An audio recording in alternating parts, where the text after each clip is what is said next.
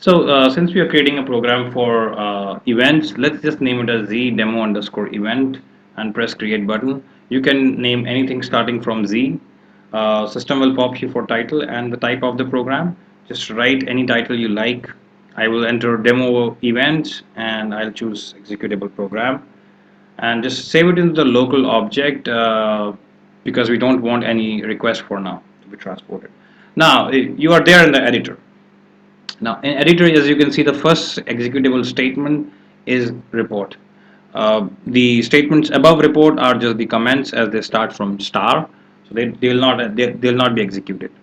So with the report, now what I'm going to tell you is that every single program, whenever it runs, there are few implicit events that are raised. Like initialization is one event which will always be raised uh, in any program whenever it runs.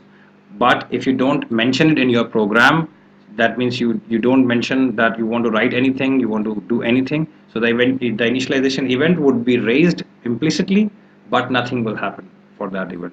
So there are a couple of events that are already there in ABAP editor, and they always gets called on the sequence. I'll just give you the sequence of all the events. I would choose top 5 events. The first event is initialization, add selection screen output, add selection screen, then start of selection, and after that end of selection. So initialization is the first event that is called in any program. If you don't mention in your program the word initialization, then it would still be called, but nothing will happen. Or if you just let it be like this, you have mentioned initialization, but still you have not written, it would make no difference. But to see what actually happens and what sequence is being used and what events are called when, we'll just write a write statement so as to get an output. We know write statement do a print on the screen. So if I'm writing write initialization, it will give me an output as initialization on my output screen, on my output page. So I'm just writing a write statement after every event call that I have put in my program so as to get to know when and where a event is called. It's a very simple way. It is my way to understand what event is called when. So, and of course, one more thing that you should know is that these events are called in this sequence. No matter wherever you write this event, if you have written initialization at the end, then also initialization would be called at the first only. So you can write initialization anywhere in the program after selection screen output, start of selection, end of selection. But initialization would always be called implicitly as the first event, and wherever you have mentioned initialization, the code immediately after that would be called in the program. So having said that, I'm just writing it all over: start of selection and end of selection. They are itself implicitly telling you what they are used for. Initialization, of course, initialization. Start of selection, sorry, add selection screen output is of course for something to do with the selection screen. So let's see. So far we have not created any selection screen, so let's see if they will be called or not. I'm just saving it, activate it, activate, and there are no errors. Pretty good. Let's just run it. And here we get the output. 3 statements: initialization, start of selection, end of selection. We haven't get anything from the selection screen events. Not the selection screen output is raised, nor the selection screen is raised. And the reason is we don't have any selection screen for now. That means even if you have your events in your program, then also it will not be called until it is implicitly raised, until the condition, which is the standard condition, is there. Or even if you don't have, but the condition is getting fulfilled, it will be raised. So it's like there are conditions that are set by SAP. So to get these 2 events also raised, let's just create a selection screen. We know that parameter statement creates the input field, which uh, is a input field for the user, and since you are asking for a user, you are actually asking for selection, and that is called a selection screen by default. So parameter statements actually at the backend creates uh, you know uh, a selection screen. The screen number will always be 1000. So it's like now the selection screen is created, as you can see. P underscore first is our selection screen, and now if I run, what should I get?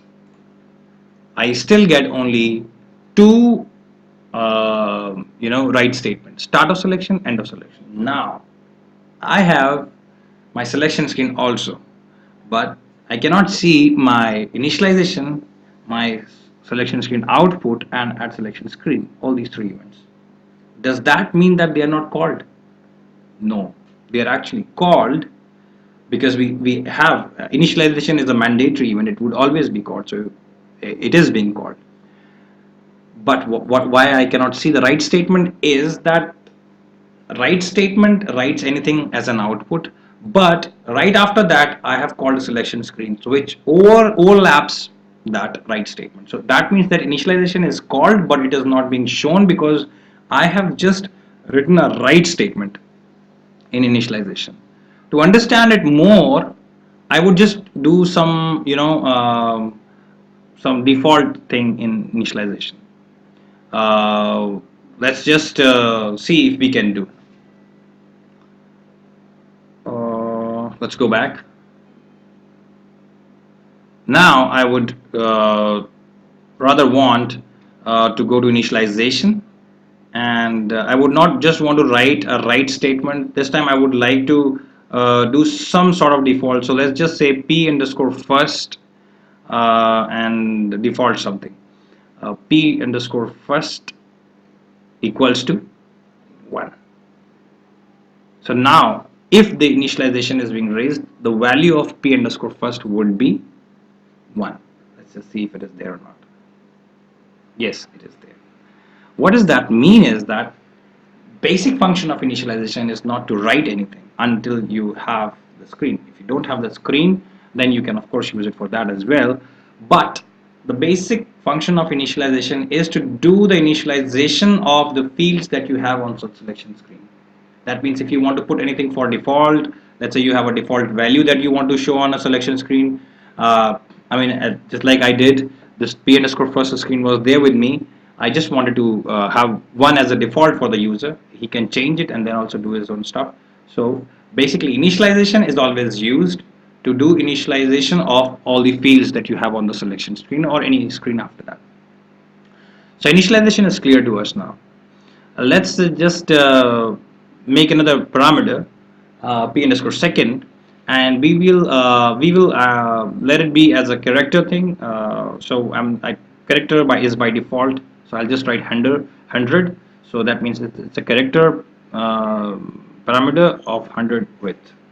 Now I want to see why these two events are not called.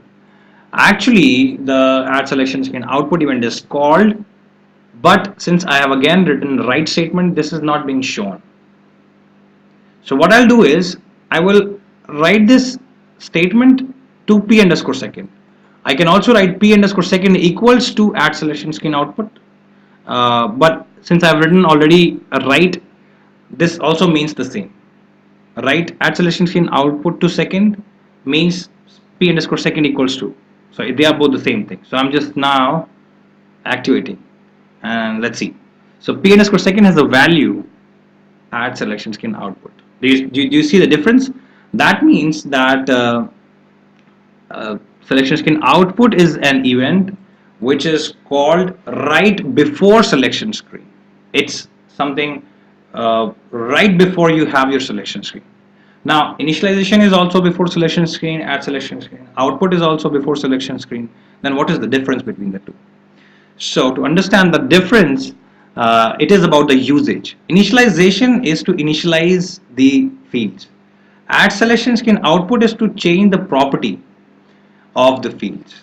For instance, if I want to change the property to display, I want few fields to be editable and few fields to be in display mode. I can do that. How to do?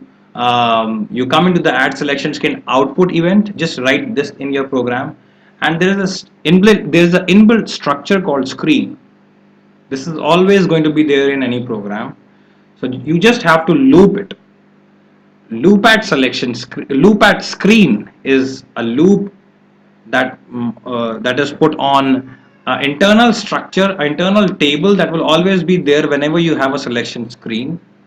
So if I say loop on that structure, loop at screen, and screen input as nothing, and just modify screen.